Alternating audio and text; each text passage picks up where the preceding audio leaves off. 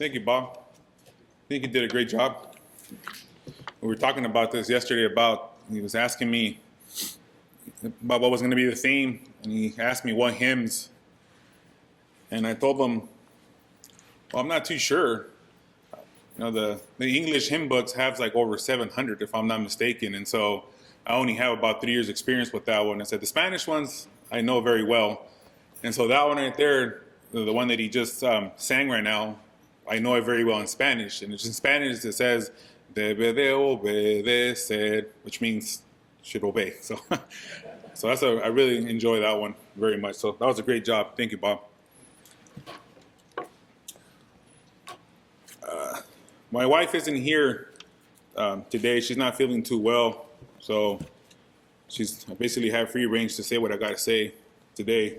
But I was thinking about this because she's not feeling too well right now. Her throat is, not feeling too well, and then her body isn't feeling the best right now. And so when I was giving the youth class, I was telling my daughter that I didn't feel too well. I felt like, even right now, I feel a little weak right now, but it was getting tough to give that class. I felt very weak. I feel a lot more colder than normal, even right now, and I really like the cold. But I feel pretty weak and I feel pretty cold. And the only conclusion that I can come up with, to be honest, with not joking around at all whatsoever, is the fact of she's not here, and she's not here with me. And so, it's that better half that's not here with me. And you could say, well, God makes you strong, and yes, you're 100% right when it comes to that. But God also blessed me with my wife, and we're one. And the fact that she's not here with me right now, I feel a little bit lost. And so I'm not at my strongest. And so, hope I can do a good enough job for God and for all of you. And so this sermon shouldn't be that long.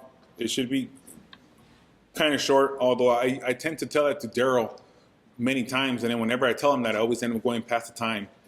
And so, but I think this time it's going to be true. And it reminds me of back in 2004, because I'm from Anaheim, California. And back in 2004, I was a member of the Church of Christ in Anaheim and the Church of Christ in Costa Mesa, California. And Felix, he came last weekend. They're members now of the Marietta Church of Christ. They were sitting back there with us. They came to visit us. And they were sitting back there. And every last Sunday of the month, we had a potluck. And so the way it worked with us, so when they're in Anaheim was from 9 to 11:30. Then we had on Sunday, and then we had Costa Mesa from 2 to 3:30. And then we had Anaheim one more time at the end from 6 to 7. And we had our potlucks in Anaheim in the evening from 6 to 7.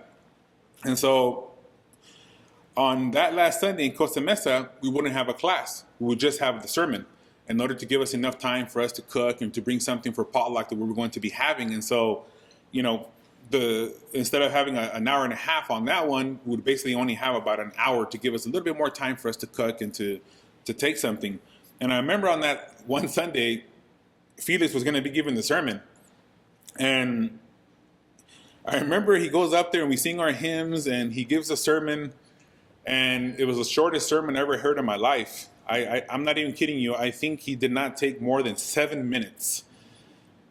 That's all he took. It was 7 minutes. And I remember when he finished, I thought he was kind of joking, but he did. He went down, and I remember I looked at the preacher and I looked at him, and he just kind of looked at me, and I just turned around because me and Felix were always very close. It's probably thinking I'm part of this idea or something, so I turned around, and it was extremely short. And I remember I'm telling him, like Felix, I was extremely short. Straight to the point, Mario, you got to go cook, And I was like, okay, you're right. I did understand. It was very clear, and you did a great job. And so this isn't going to be 7 minutes, but I do remember that. And so we're going to be studying in Genesis chapter 12. Genesis chapter 12, we'll be reading verses 10 through 20. And so we're going to be talking about Abraham here. And at this time right here, his name wasn't Abraham just yet. His name was Abram. His name hadn't been changed yet. God hadn't changed it yet. We know that Abraham is, the father of faith, is the father of many nations. And so we know that Abraham is somebody of much faith. And, I think in the New Testament, I think the only person that's talked about mostly more than Abraham is probably Moses. But they're very impactful in the Bible. They're very impactful in our lives, and we're going to be studying a little bit about him and a little situation that was going on with his wife as well, and something that was kind of happening there. And in Genesis in chapter 12, we find that Abraham, he had obeyed God. God told him, you're going to leave everything. You're going to leave your family. You're going to leave your land. You're going to go afar. You're going to go here. I need you to do this. And he ends up obeying. He ends up obeying him. And that's extremely tough for any of us to do that. If you think about it, for us to leave everything we know, our comfort zone, our family, our loved ones, and just to say, hey, yes, Lord, I'm going to do what you asked me to do. I'm going to go over there. I don't know what's in front of me, but I know that you're going to be guiding me, and I'm going to go. Which he ends up, making that decision. And now he ends up being in a tough situation because now we have a famine. And now, food is scarce, things are going on. And now he has to now he feels he needs to make a decision now that he wants to take upon himself. At this moment, at that time, he's not really 100% obeying the Lord at that moment. And we'll see as we're reading this, we see how that reflects in our lives today and the decisions that we make ourselves. And so we're going to go ahead and be reading in verse 10. And it says, now there was a famine in the land. And this is in Genesis chapter 12, verse 10. Now there was a famine in the land. And Abram went down to Egypt to live there for a while because the famine was severe. As he was about to enter Egypt, he said to his wife, Sarah, I know what a beautiful woman you are. When the Egyptians see you, they will say, this is his wife. Then they will kill me, but will let you live. Say you are my sister, so that I will be treated well for your sake, and my life will be spared because of you. I'll stop there. And so, first and foremost, at this moment, he's not doing what God told him to do. God did not tell him, go to Egypt. God didn't tell him to do that. And if we backtrack a little bit, I didn't read those verses. When God tells Abraham to leave his land and to go and to, leave his family, he obeyed, but not 100%, because we know that Lot went with him.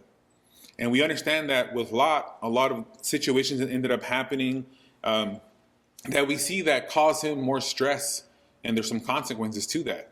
We see that it's too big. Lot and all his servants and all his riches, because they were very wealthy, and Abraham, they couldn't stay together, so now they had to choose different paths in order for them to stay. And we know that Lot ended up choosing the better path according to what he can visually see. At that moment, we see that Abraham didn't care what he chose because he had faith in God, so it didn't matter to him. And so we started seeing these things, and then we started seeing more consequences, and now he has to save Lot. Lot was in Sodom and Gomorrah, and we saw that it had got invaded, and now from the kings, and all of a sudden we see that he's fighting in the battle of the 9 kings, and he has to have his 300 servants that were well trained. And so all of these things start to happen just because he didn't obey exactly what God told him to do. And so now we're moving here in this situation here, and now he sees a famine. He's not 100% having that trust and having that faith at that moment. Remember, Abram's the father of faith. He's a tremendous amount of faith here, but there's also doubt there. And he's going to take it upon himself to say, well, you know what? I know God told me to go here, but now I got to do something here because I don't think God knew there was going to be a famine, and now food is scarce, and now people are going to be dying. I need to do something here. So he decides to take it upon himself and to go to Egypt. And not only that, now he's going to try to tell his wife to lie because he's fearing for his life. But if we remember, God had made so many promises to him. I will make you a great nation. I will. He said, I will, I think like 8-10 times. And so if God said all that, why would he even be worried about it? He would understand that God wasn't going to allow Abraham to just die in this famine or anything. He should have complete faith in all those promises that God was making for him. And we know that Abraham does lie, but it's not 100% lie because Sarah was his half-sister. So it wasn't 100%. But the intention that he's having at this moment is 100% that. Lie completely. Do not, I need you to say you're my sister because this is what's going to end up happening. And so it was his half-sister from his father, the daughter, on his father's side, so half the sister. So, And some people will say, well, it wasn't 100% a lie. He was telling the truth, half the truth. But a lie is a lie. It doesn't matter how small or how big. And many times we try to convince ourselves that, well, I'm only telling a little lie and it's for a greater good. And that's the reason why I'm lying. Or I'm going to lie because I don't want to hurt this person's feelings. Or I'm going to lie. We lie because we lie for ourselves. That's the reason why we're lying. And at this moment, Abraham is lying because he fears for his life. He wants to make sure that they don't kill him. Sarah was a very beautiful woman. And I think at this stage, I think she might have been like 70, 75 years old. But I mean, if you kind of compare that, she's in our time is probably like being in her 35s. She was extremely beautiful. And he knew that. And he knew right away that they were going to see Sarah and they were going to be like, well, I'm going to take this woman for ourselves. I'm going into another country that I don't know what's going on. And so this is what's going on at this moment. And so he's faced with hunger. He's faced with panic. You know, all these things are going through Abraham and this famine that's going on there. And he does not decide to consult with God. He doesn't decide, I'm going to pray. I'm going to ask my Lord, what should I do? I'm in this situation. I think I should do this. Please guide me. And it's important for all of us to understand that we always need to pray to God. Always. We always need to have that connection every single day, from the moment that you wake up in the morning, to the moment that you end up, going to sleep at night, before you eat your meals, constantly talking with God and having a life and having a personal life and a intimate, spiritual, everything life relationship with God. And praying constantly to him. It's something that we need to continue doing in order for us to stay on that right path. And he will answer your prayers. And then many times we take it upon ourselves and we tell ourselves, well, I don't think he's going to answer my prayer, but he does answer your prayer. And even that, just on Friday, I had to put this ginormous 30-foot RV travel trailer into the backyard. And the driver that was delivering it gets there and he says, oh, I can't make it. I was like, what do you mean you can't make it? You guys assured me you guys can make it. I broke this whole half side of the fence here in order for you guys to make it. And he goes, well, I don't know why they told you that because, look, I can't make it. I was like, well, can I at least give it a try? You're not even trying. He goes there. He's not able to try it. Then it's really hot. And it's Friday. I got off of work half day in order to do this. And it's really hot. I'm sweating. And I'm like, I'm getting very disappointed, sad, mad, all these emotions. And I say, well, go ahead and just park it then. I'll figure this out. Thank you so much. And oh, I'm sorry. Well, it's not your fault. I understand, I got a really good salesman there, I told him. And so he parks it. And I said, I need to figure this out. I think I need to rent a forklift.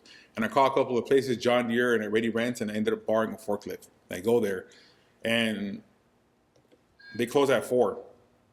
And it's 2:35, 2:40 around there when I go there to go rent this forklift, but they don't have the ball in the front for me to hook up to the front of it. I need to rent it. They won't let me rent it because they have their own. They don't rent it out. And there I'm trying to convince the guys in the back, and I go, hey man, I really need, I can't rent it without this. I need this, I'm just there. I'm not that far. And he goes, well, if you bring it back before we close. And I'm thinking, man, you guys close like in an hour and 20 minutes. And I'm like, yes, I will bring it back. I'll bring it back. And so here I am. I do it. I'm driving the forklift. That forklift goes 5 miles an hour.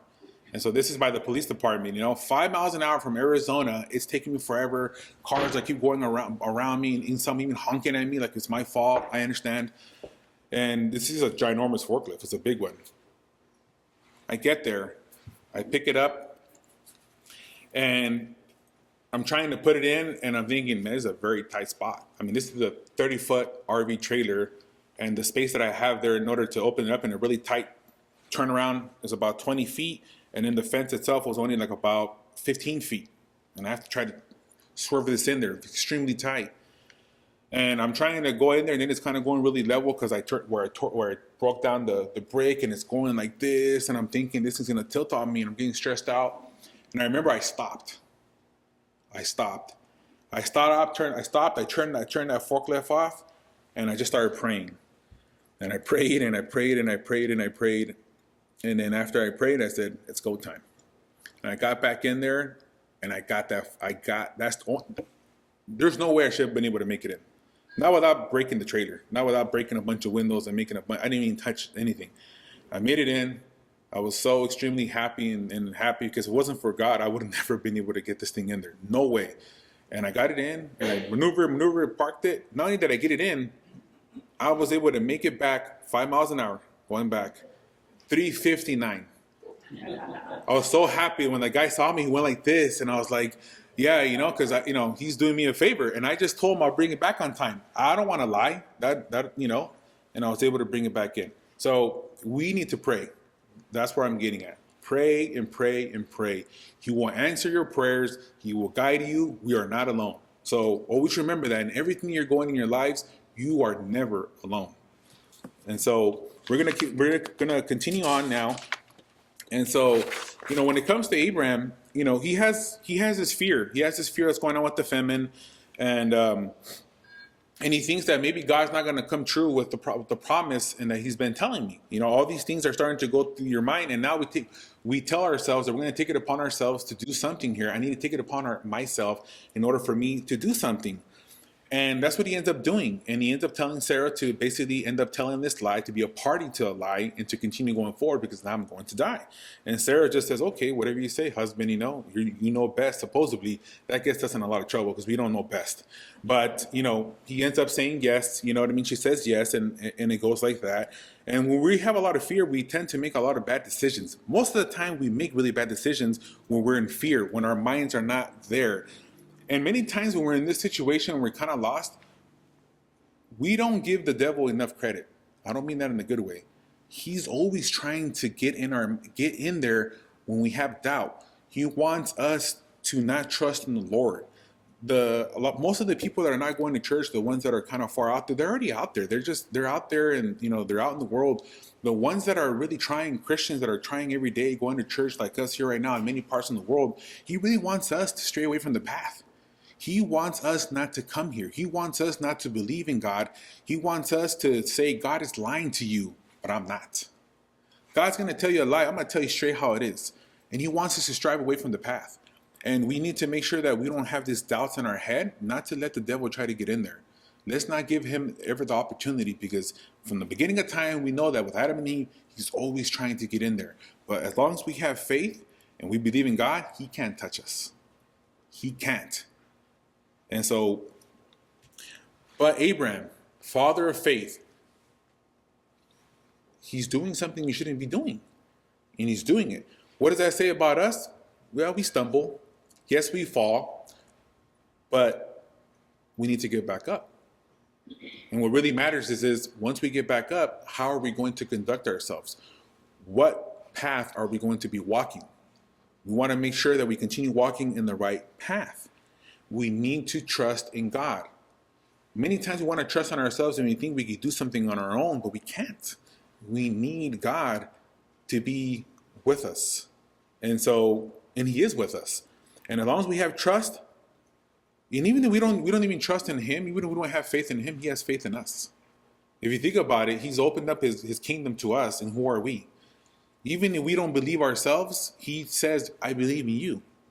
You can still turn around. You can still go back on that righteous path, and I'm here waiting for you. And so that's what's happening here with Abraham. So now we'll continue reading in verse 14. And it says, when Abraham came to Egypt, the Egyptians saw that Sarah was a very beautiful woman.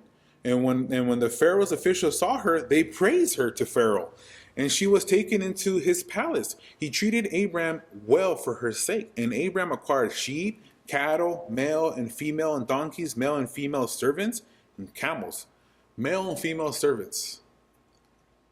What ended up happening with an Egyptian woman that was a servant of Sarah? What ended up happening there? Right? We fast forward, we go to Hagar, and we start going with the son Ishmael. All these problems, all these things that end up happening just because Abraham didn't have faith enough to trust in the Lord and stay where he was. He had to go to Egypt, and then other things start happening. If you see here. And so Abraham's lie it didn't just affect him. It affected his family. It affected his wife. It had bigger consequences. Something a little small as a little lie you think that might not have bigger consequences ends up having much more bigger consequences. We just don't see them at that time. But God does. But we don't. And that's what ends up happening here. Pharaoh takes Sarah into his palace, and if you think about this, Abraham did end up benefiting tremendously with materialistic things, with material. He benefited greatly, more riches he ended up gaining from this. And often we don't even look at the long term. We kind of think about the short term. We're not looking at the long term, what ended up happening. We just think about the here and now and not in the future. And this ended up causing a lot of problems, for him and in the family. But what is it worth in order for us to compromise our integrity? What is it worth for us to compromise our families? It's telling this type of lie, is it really worth us affecting our family? If you think about this, the consequence of him doing this, later on we see that he had the relation with Hagar, they had the child Ishmael, all the troubles that ended up happening because of that, and the effects that ended up happening with Sarah and everything that she had to go through and to live with, it had a tremendous amount of effect. He wasn't really thinking there of his wife and his family. At that moment, he's just thinking about himself, and he's thinking about this famine, and he wants to live, and he wants to make sure that maybe his people end up living as well. But all that fear and that anger, that panicking, all of a sudden he does something at the moment and ended up being the wrong decision. And so, it has a lot of consequences as we keep going. We don't see it at the time, but it does. And so now we're going to go to verse 17. And it says, but the Lord inflicted serious diseases on Pharaoh. See that? Now the Pharaoh's having some consequences here. And if you think about this and you keep reading this, you might ask yourself, well, why is it that God ended up, inflicting these diseases and anything on the Pharaoh? The Pharaoh didn't do anything wrong. I mean, he was just there minding his own business, and here he comes Abraham just walking in there with his wife, and all of a sudden, he tells a lie, so he thinks he's not doing anything wrong. But guess what? What did God say? I will make you of many nations. Kings will be from your lineage. I mean, I will make you great nations. He promised him so much. There was no way that Abraham was going to be dying. There was no way that Sarah was going to be having a relation with the Pharaoh. There was no way. That wasn't going to end up happening. God had a plan, and even though Abraham was guiding away from the plan, God had to intervene and go, nope, this was the plan. I got to fix things now so I can get you right back on that plan that I had promised you. And that's what he did. But unfortunately, Pharaoh and his people ended up suffering consequences because of it. And so it says he had serious diseases on Pharaoh and his household because of Abraham's wife Sarah. So Pharaoh summoned Abraham. What have you done to me? He said. Why didn't you tell me she was your wife? Why did you say she is my sister, so that I took her to be my wife? Now then, here is your wife. Take her and go. Then Pharaoh gave orders about Abraham to his people, and they sent him on his way with his wife and everything he had. Everything he had. He could have just easily maybe killed him. He could have easily just took in everything that he had. But no, he sends him on his way, and you're going to take everything I gave you, but get out of my sight. I didn't know that she was your wife, and I need you to go away. And so, God had to intervene. He protected Sarah. We see that. And he reveals the truth to Pharaoh. And even though Abraham acted in deceit, God still ended up at that moment blessing, and favoring Abraham tremendously. And so Abraham leaves Egypt rebuked, but he's not rejected. God still is with him. God has still told him about his promises. He hasn't turned his back on him. I just imagine over 400 years that they were captive in Egypt, and they probably kept thinking, yeah, God left us, God left us. God didn't forget. God had made the promise, and he still came back. And so that's the thing when it comes, with us. As many times we think that we're praying for something, we want it now. We're praying for something, we want it in a week. We're praying for something, we want it in a month. And sometimes it might take years and years, but God will answer our prayers. He will. We just need to be very patient and trust in the Lord. Trust in the Lord. And so this is the grace of God. So he is faithful, even though when we're faithless. When we don't have faith, he still has faith in us. And if you can think about that and comprehend those words, it's, if he didn't believe in us and have faith in us, we wouldn't even be here. But each and every single one of us here still have an opportunity to either turn their lives into Christ, or if you are in Christ, to turn your lives back around because maybe you strived away from the path. There's still time for you to get back on that correct path and make changes in your lives. You just need to have faith in him because God has faith in us. And so we just need to continue going along.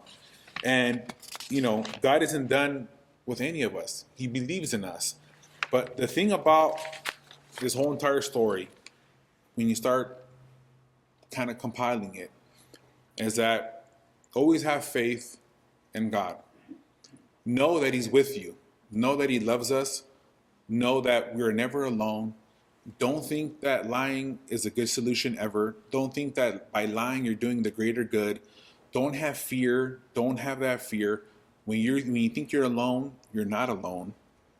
When you think you have fear, it's okay for us to be afraid. All of us get afraid. We all get worried. We all get afraid. We're human beings. A lot of different emotions were going in my head, when I was trying to get that, I know that's not a big thing, but a lot of things were going in my head at that moment, a lot of confusion, but praying just gave me this calmness, and I understood that He was with me, and I was calm. Even me coming up here today, even before I was telling you that I was very cold and nervous, I think my hand was even shaking a little bit. And even right here being with you all right now, even though my wife's not here, I'm with you, and I know you're my family and God's with me. I feel at peace and I feel at calm. Why? Well, because He's with us, because He's not going to let us be alone. No matter what you're going through in your lives, He is with you. You just need to talk to Him. You need to pray to Him, have faith in Him, and have trust in Him, and follow the path. And I think I remember telling this in the youth class. Maybe your life hasn't gone how you wanted it to be. Maybe you're going through trials and tribulations right now that you feel, why should I be going through this myself? All of these different emotions, that goal that we're going through. But God does have a plan for you. Everything that happens does happen for a reason. Anything that happens in His life that is painful and a negative, there is a positive out of that.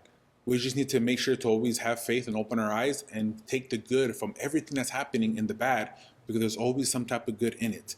No matter how hard it might be, there is some good in it. The decision that Abraham ended up doing ended up having a lot of different negative effects in his life. He ended up having a relation with Hagar, but he was blessed with Ishmael. That wasn't God's plan though, but it was Ishmael at that time. And he ended up, that was still his son, and he couldn't turn his back on it. He still had a responsibility. But he ended up profiting materialistically with all of these servants and money and all these things that the Pharaoh ended up giving him. So he ended up being blessed materialistically. But again, materialistic things, anything material, it might matter to you right now while we're here, but we can't take any of that when we're gone. None of it. You can have the biggest houses, you can have the biggest cars, you can have the biggest mansions, you name it. But none of that stuff you're going to be able to take. None of it. The only thing that's the most important thing in your lives is your spiritual life. We have a kingdom waiting for us after here.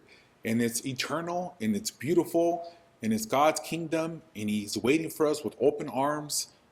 But we need to have faith, and we need to believe that is waiting for us.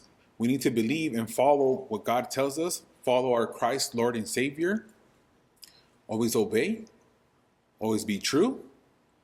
We're Christians, always. It doesn't matter where you are, if you're in the store or if you're in this barbecue at a friend's or something like that, and they're doing things that they shouldn't be doing, you're always a Christian. It's not about going along and being part of this group. You're a Christian always, and make sure that you always conduct yourself like that. If you're in a strange place with a bunch of other people like the Egyptians in this moment here, and you feel that you have to lie in order for you to live, you're not living because you're lying. Be truthful to yourself and be truthful to God always. And the doors are always open. If we can do anything to help you, if we can pray for you, we want to do that. This congregation has a lot of love, and we want to pray for you. But many times I understand it might be difficult for anybody to really open up. It's really hard for people to open up. It's extremely hard. But God is still hearing you. And no matter what, we will still be praying for you. Even if you want us to pray for you, we'll still pray for you. Because we want you to know that God loves you. Thank you all for your time. And I hope you have a wonderful rest of your Sunday. Thank you.